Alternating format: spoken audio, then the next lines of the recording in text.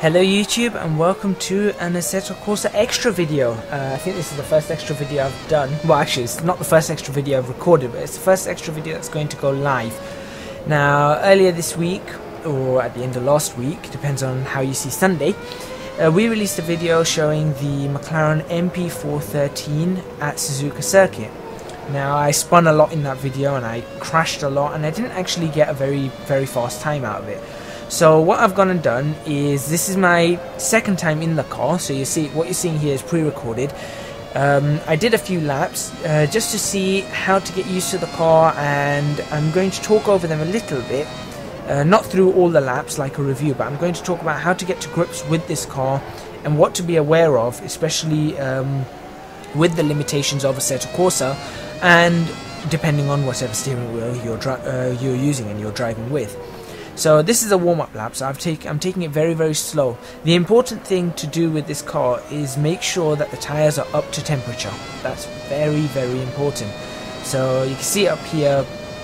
I'm taking it up to spoon corner, or the spoon corner complex, depending on how you say it. And you'll notice that what I'm trying to do is I'm trying to get the apexes and see what kind of speed I can do through them. So I'm taking all these very slow. Now I know coming up here 130R is going to be a very fast corner anyway. And I'm aiming to get, once I've sorted things out, I'm aiming to try and get myself in the 1:44 somehow. And manage to consistently lap in the 1:44s. And then I'll probably bring my way down. So you can see here I've brought it right down to about 35 miles an hour, and then the second set I brought up to about 48 miles an hour. And I noticed a lot of bumps there. Now I want to be able to accelerate out of that, but because of the bumps I think that's going to be causing me some amount of problems, so that's no good. Obviously this is a replay that you're watching, so the lap delta is not actually going to be working, but you'll see each lap as it comes along, I hope. If not, I'll give you the lap times. I'll flag up the lap times in the description box, and I'll also give you some links in the description box below to my fastest lap, or to a couple of consistent laps, or something like that. So you can see here as I come through the S's and into Dunlop, I'm trying to hold it in third gear, trying to get a feel of how much power there is in third gear and what I can do. After that I figured out that I can go a little bit faster there, and I don't want to cut that Degner as much as I am. So the Degner 1 I don't want to cut as much as I'm cutting at the moment, so I'm going to see if I can avoid doing that as well. Now this hairpins, a lot of time can be made or lost here. I'm trying my very best not to lock my brakes. Now obviously locking the brakes in this is very common. Now the reason it's very common, and one of the subscribers did point this out, and thank you for pointing it out, and it's bang on the money there, is in a Formula 1 car what you do is you push down on the brakes as hard as you can and then release the pressure. That's how a Formula 1 car would work. So when you're braking for, well, not this corner, but let's say when we're braking for this Casio triangle that we're coming up to right here, brake, and you brake really hard, and then as the wheels start locking, you will let up on the brakes to get a good feel for it, and you'd have a lot of feel through the brake pedal, understanding exactly what's happening.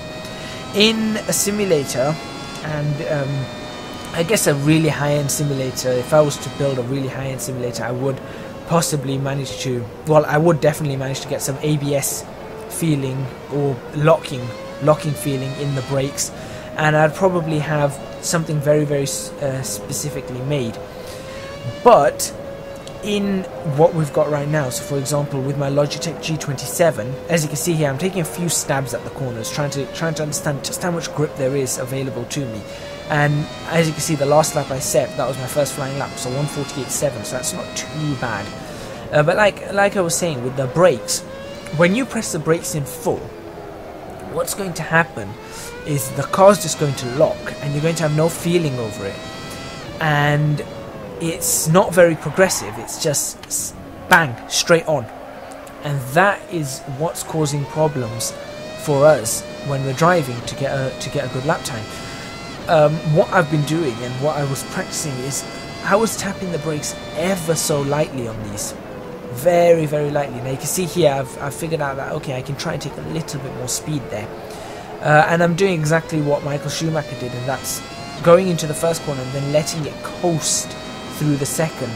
I'm wanting to see if I can miss the apex as well when I come around to that the next time, because I think the apex, trying to grab that apex, is hindering me. So you can see I'm braking here, and there's a lock. There's my first lock up of that wheel at that corner, and you can see, even though I locked up, I haven't actually lost that much time. I lose a lot of time coming out of this corner because of the bumps. But I've got a set of 1 minute 45.558, which is faster than any of the laps I did in Sunday's video. So that's pretty cool. I think that's a good one to do. I think I've probably released this video alongside the Colin McRae Rally video. I'm not too sure when I've released this. There should be episode 2 of Colin McRae Rally being released today, and so I should have probably released this a couple of hours later. Well, at least that's what I'm planning. Now you can see I'm going just ever so slightly faster now and getting on the accelerator just that ever so slightly quicker, just because that's what I feel is needed. Now on that I still need to avoid that Degner, because when I'm hitting that Degner it's slowing me down, because I have to let off the accelerator quite a bit to stabilize the car. And you can see I've locked up one wheel here, but now even though I'm locking up the wheel, I'm making the apex, so I'm feeling that for me seems to be working. I don't mind locking up that one wheel, but obviously with regards to tire wear and blistering, I don't want that to affect what's going on. So I've done that, and I've decided, you know, that's not ideal, but who knows, that could start being the way I have to drive this car anyway, because of the limitations of the simulator. And that's another reason I didn't take anything off this car. I gave it that high S rank. Oop, there we go again. Now this time I just decided to cut it because I was just not going to make it. So that lap's ruined. That lap's completely ruined. Which is a shame, because I was about 8/10ths up on that lap, so I was in the 1 minute 44s. But as you can see, I managed to do a 1 minute 45.757 on that, even though I went off. So that shows that I'm getting into the groove of it. The other thing that I have noticed is one single braking point through the entire first 2 corners. So when you come into turn 1, you start braking and you hold the brakes all the way through to turn 2.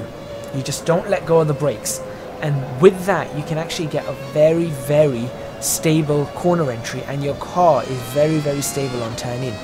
And I found that is helping me gain a lot of time. Now see, there I cut the Degner much better there, and it allows me to get on the power just a little bit more. Bit slow around that one. I was a little bit slow, I will admit.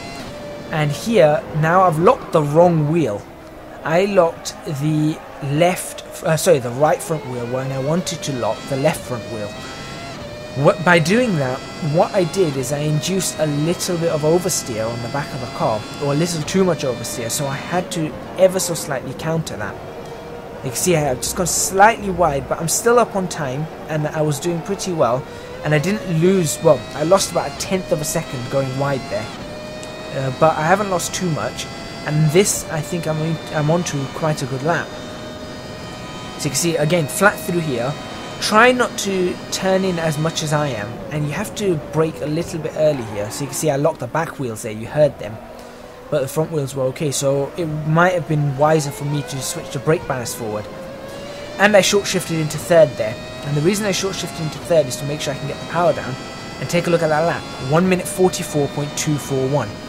And now watch the brake, how I brake here. See, I've got my foot on the brake all the way through, and that actually helps your lap delta.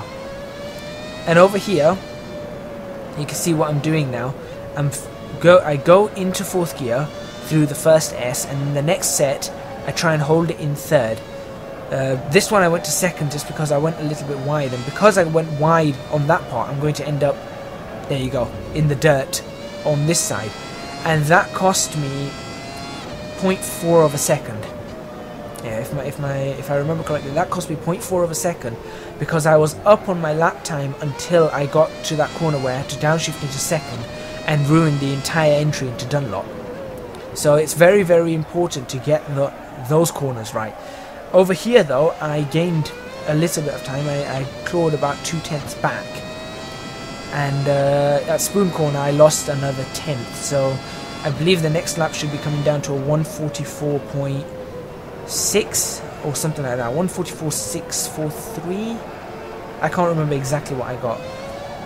And a little bit of an oversteer moment there cost me as well. But I can't remember whether it was this lap that I may have also messed up on. As I came into Casio Triangle, I thought I could brake as, yes, it was this one. I thought I could brake as late as one of the newer Formula One cars, and the 2007 car could brake sort of where the road widens, and I really messed up there. But that started me off on the wrong foot on this lap. Yet I still managed to gain over the first few corners, so that was building confidence over the first few corners, which I think is very important. So I'm going to run you through this lap exactly how I think it should be taken. You brake into turn 1 and hold the brakes all the way through turn 2. It doesn't matter if you miss the apex, get it roughly in the middle of the road if you can. Turn 3, turn 4, turn 5 and turn 6, you want third gear all the way through. You may pop it up to fourth when you get to turn 3, but you need to bring it back down to third and hold third, and don't do what I did there, because I thought fourth gear may bring it, but it doesn't give you the torque. And then you accelerate through here. When you get to about the 50-meter mark, hit the brakes hard and turn in to get into the Degner 1. Degner 2 is naturally the easier one. You just slow the car down, turn it in, try and avoid the curb on the left hand side. Accelerate right up to here.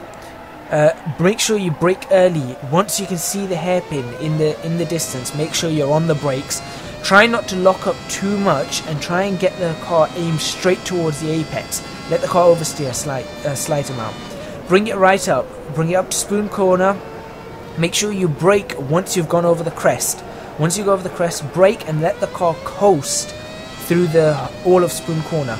Fourth gear, bring it down to third. Make sure you're ready to accelerate and power up that corner to get all the speed you can down this back straight and then into 130R. Don't let go of the accelerator here. Let it run as wide as you can, and then brake just slightly before the road widens, and you can bring it into the chicane nice and quickly. Don't take a double stab like I did there, that's not a good thing. You might want to short shift up to third here, simply to make sure that you don't spin the wheels. And you'll bring it down, and there's a 144.499. So that's the kind of things I think that you need to do. And I think I'm going to keep practicing on this. But for now, I thought you'd enjoy that extra video, and I thought it may be something that would help those people who are trying to get used to it on whichever wheel you're trying to get used to. Try and get a bit of an idea of where they need to be braking and how careful they need to be on the brakes. Thank you very much for watching. My name is EC Gadget, and perhaps I'll join you in another extra video in the future.